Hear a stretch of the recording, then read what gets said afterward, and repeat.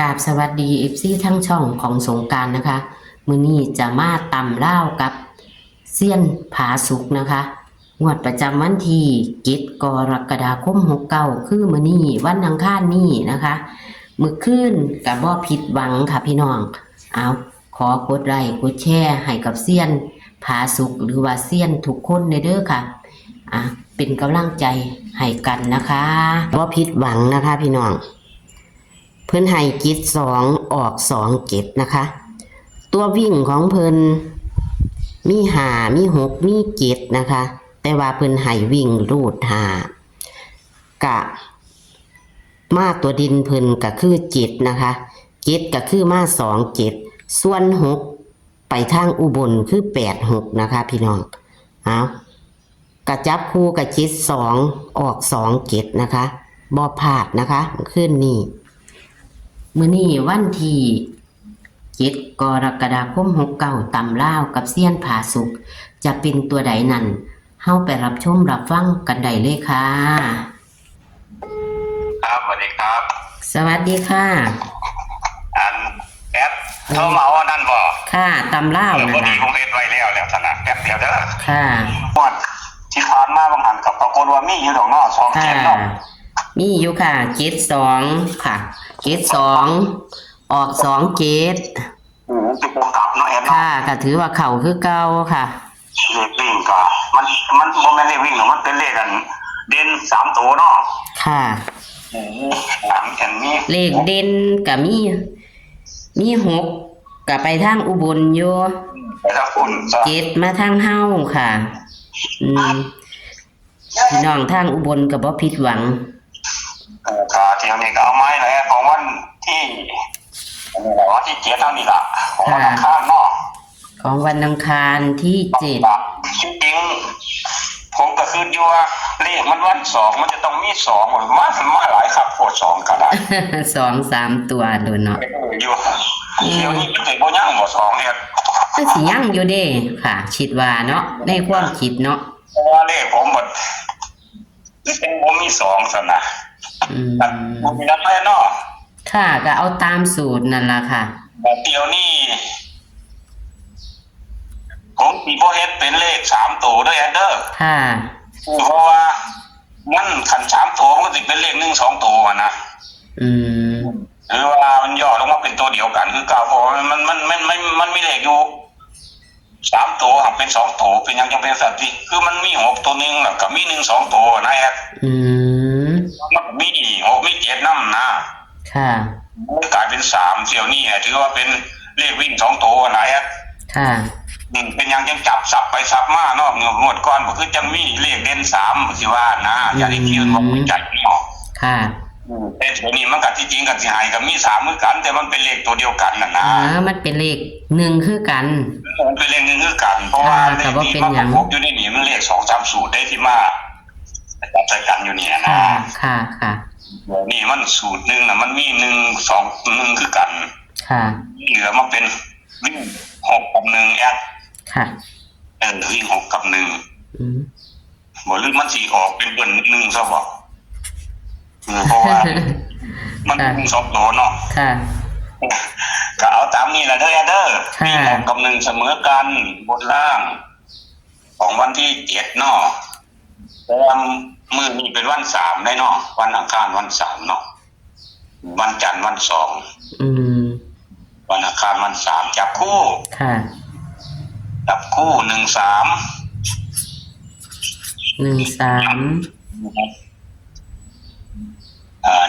แล้วก็18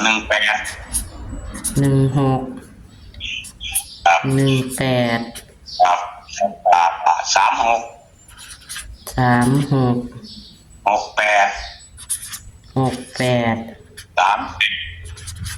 38แม่นบ่ค่ะ38เสียงมันสิขาดก็สิถามซ้ำเด้อค่ะในเฮาบางทีของผมก็จะเป็นคือกันมันแต่ว่าเครื่องในเฮามันเก่าแล้วค่ะให้ว่า6ชุดเด้อมี13 16 18 36 68 38เนาะเนาะค่ะผมทวนให้ผมสิบ่ให้แอดทวนนะผมสิทวนให้เอาค่ะทวนเลยค่ะถูกต้อง6ชุดเนาะเน้นจัง3ชุดแอดเน้น1 1618ได้เด้อ1618 68 68มันเลข3ตัวผมก็สิให้ไป3ชุดแต่ว่าผมสิบ่เน้นเพราะว่าผมเอาออกมาจากเลข2ตัวนั่นล่ะค่ะตัวที่1816อีหยังกว่าค่ะ816ครับ618ตัวที่2 618ตัวที่168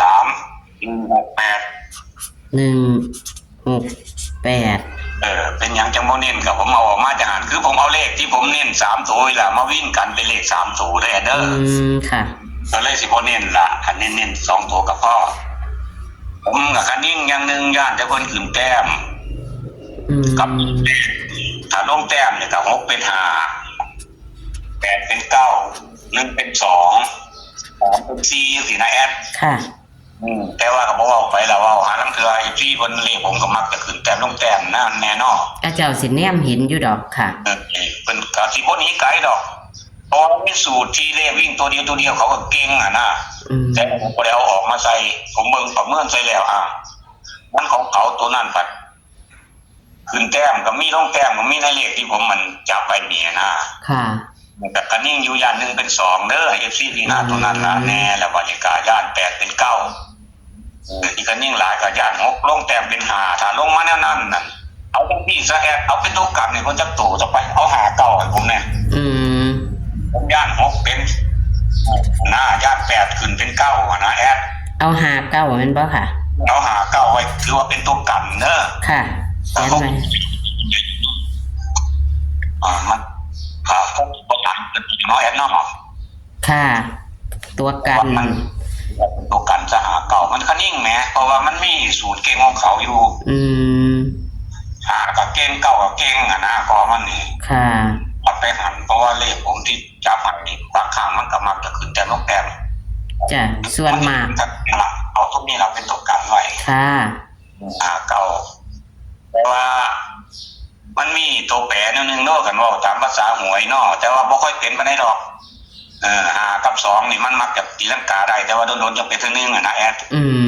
ค่ะลังกามันก็5ก็เป็น2จังซี่นะแต่โดนๆจะเป็นเท่านึงดอกค่ะมี2คือสิบ่ยังนะ2นี่เพราะว่าโตสิมามันสิเอาหลักแสนหลักหมื่นหลักพันมาเหลือไว้คือว่าค่ะทั้งเบิดทั้งมวลเป็นเท่านี้แหละค่ะเอาจากไหนก็ขอให้คุณพ่อคุณแม่โชคดีนี่ล่ะในวันที่7เท่านี้ล่ะตอนเย็นๆประมาณ 20:00 นกว่าๆน้อยเนาะค่ะร่ำรวยสุขสุขสวัสดีครับค่ะสวัสดีค่ะตัวเลขแนวทางของเซียนผาสุกนะคะเข้านะคะพี่น้องมื้อคืนนี้เพิ่นวิ่ง5วิ่งดินล่ะค่ะมื้อคืนวิ่งดินมี3ตัวนะคะเพิ่นให้เน้นที่5แต่ว่ามันมามี5มี6มี7นะคะ7ก็มา72อยู่นะคะ7มา72 6ไปทางอุบลนะคะ6เป็น8 6ทางอุบลนะคะพี่น้องนี่ค่ะวันที่7 กรกฎาคม69นะคะเพิ่นให้มานี่ค่ะ6 หาง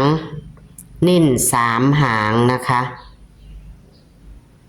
มีตัวกันน้ำค่ะมื้อนี้เพิ่นคันนิ่ง59นะคะเป็นตัวกันค่ะ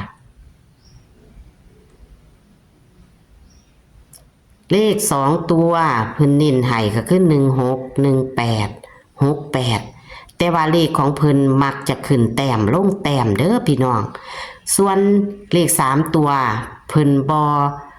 เน้นให้นะคะ3ตัว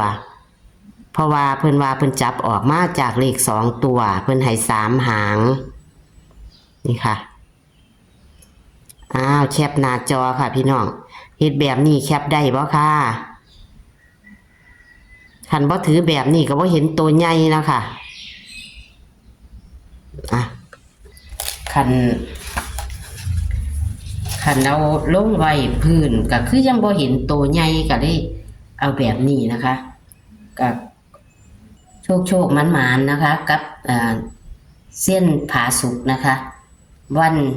อังคารที่7 กรกฎาคม69เป็นตำเล่าวค่ะ เพิ่นก็บอกย้ำนักย้ำหนาเลขเพิ่นมักจะขึ้นแต้มลงแต้มนะคะ พี่น้องตัวใดเพิ่นนิ่นนั่นล่ะ